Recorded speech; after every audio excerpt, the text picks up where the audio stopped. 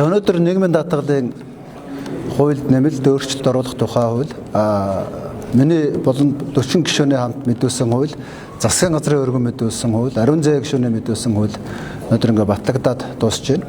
Тэгээ энэ талаар нэг товчхон мэдээлэл хийж. Ерөнхийдөө 40 гишүүний хамт миний мэдүүлсэн хуулийн үзэл баримтлал бол хувь хүний бизнес эрхлэх эрх чөлөөг бүрэн хангах асуудал байсан. Нэгсэндээ ажил гүйцэтгэх гэрээ, хөлсөөр ажиллах гэрээ бол Монгол улсад иргэний хуулиар зохицуулагддаг ийм гэрээ. Иргэний хуулиар зохицуулагддаг учраас бизнесийн орлого гэж үзэж тусгаалan хувь ногдуулан 10% орлогын албан татвар авдаг. Гэхдээ нөгөө талдаа нийгмийн даатгалын хуулиараа яаж ийм нөхдөр энэ бол хөдөлмөрийн хууль юм а гэд хоёр талаас нь харилцсан нийгмийн даатгал орлогоос нь сууддаг байсан. Ийм учраас энэ иргэний хуулийн бизнес эрхлэх харилцааг бол яг иргэний хувь хүнийг иргэний бизнес эрхлэх боломжийг хангах талаас одоо эндээс хоёр талаас нь нийгмийн даатгалыг суутахгүй байх тухай хууль оруулж ирсэн. Засгийн газар 7 хоногийн дараа өргөн баригдаж байгаа хууль нийгмийн даатгалын хуультай хамтдаа хэлэлцээ гэж хэлээд яг 1 жилийн дараа тэгээ яг чуулган завсарлахаас 7 хоногийн өмнө яаралтай гормоор хийгээд яалтчгүй хугацаанд баригдаад ингээд энэ хууль батлагдж байгаа. Гэхдээ тодорхой амжилт гарсан. Юу гэж байгаа вэ гэхээр яг энэ иргэнийг бизнес эрхэлдэг энэ үзэл баримтлалаас нэгдүгээр буцахгүй.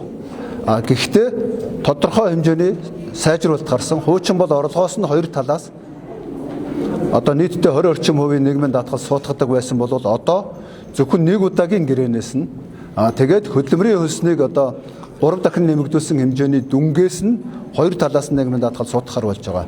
За энэ бол нэг талдаа дэвшил.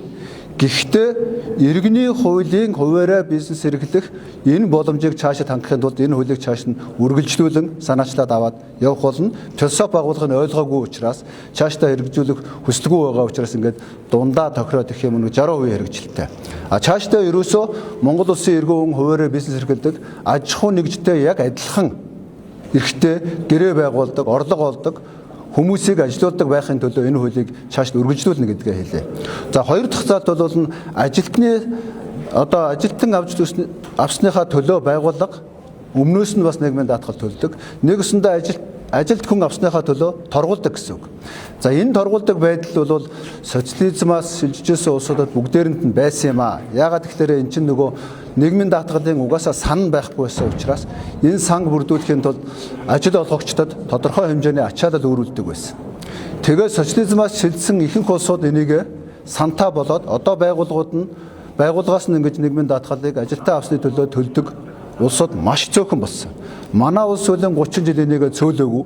Харин ч энэ бол бүр байж байх ёстой зүйл гэдэг юм хатуу ойлгоцтой байсан. За бидний 40 гишүүнээ санаачилсан хуулийн дагуу энэ бол одоо цаашдаа буурах юм аа. За бидний зорилго бол эхний ээлжинд хөдөлмөрийн хөлсний доод хэмжээг 10 дахин нэмэгдүүлсэн хэмжээнээс авъя. Цаашдаа үе шаттайгаар бууруулъя гэсэн.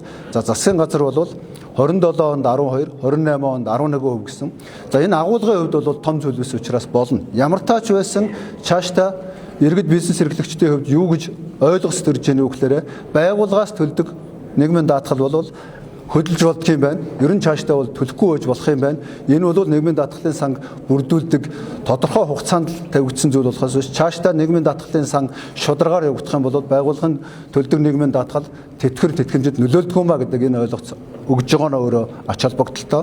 Тэр ч бодохоо энэ ойлголцыг дахиад буруугаар ашиглаад дахиад нөгөө хөнгөлөлт чөлөөлөлт болгож эхэлсэн. Жижиг дунд бизнес эрхлэгчдийн 3 ажилтныг одоо байгууллагаас төлдөг хөнгөлнө гэж байгаа. Ер нь татвар нийгмийн даатгалын хуулийг одоо ерөөсөө цаг хугацаа арга цаах байдлаар дандаа хөнгөлөлт чөлөөтлөлт байдлаар явж байгаа. Үндсэн философийн асуудлыг нэгийг ч оруулахгүй байгаа. Тийм учраас энэ хөнгөлөлт чөлөөтлөл бол дургүй байгаа. Гэхдээ цаашдаа энийг янзлаад явах ёстой. Яагаад энэ удаа дэмжсэн бэ гэхээр энэ байгууллагаас төлдөг нийгмийн даатгал хөдөлж болдго юм а гэдгийг ойлгуулахын тулд ямар ч улсын энийг дэмжиж тавиалаа. За 3 дахь асуудал бол унаа хоолны хөнгөлөлтөөс нийгмийн даатгал авдаг. Өнөөдөр бүх бизнесийн байгууллагууд ажилтан унаа хоолны хөнгөлөлт өгснөөхөө төлөө олгож байгаа. Унаа хоолны хөнгөлөлт бол үндсэндээ ажилтны орлого биш. Энэ бол ажиллаа хийхэд гарч байгаа шууд зардал юм. Энийг бол бүгдээрээ л ойлгож байгаа тийм ээ. Ажиллаа хийхэд бол хоол идэх ёстой. Ажилдаа ирэхэд бол унаандагаар явах ёстой. Цаашдаа энэ хөдлөн энийг дахиад санаачлаад явуулна. Яагаад гэхдээ өнөөдөр эрх намар ихэд энэ тухай хүмүүсийн ойлгох зулам нэмэгдчих баг. Өнөөдөр төрийн зардал яагаад хөдөлж болохгүй өндөр байна вэ гэхээр төрд ажиллаж байгаа бүх хүмүүсийн хоол унаанаас нь нийгмийн даатгалыг хоёр талаас нь суудгаад авчиж байгаа. Байгууллагын зардал энэ хэмжээгээр өсөж байгаа. Энэ бол цалингийн бүтцэд өөрчлөлт оруулахаар цалин юунаас бүтдгийг, үндсэн цалин нэмэгдэл цалин гэж юу байх юм?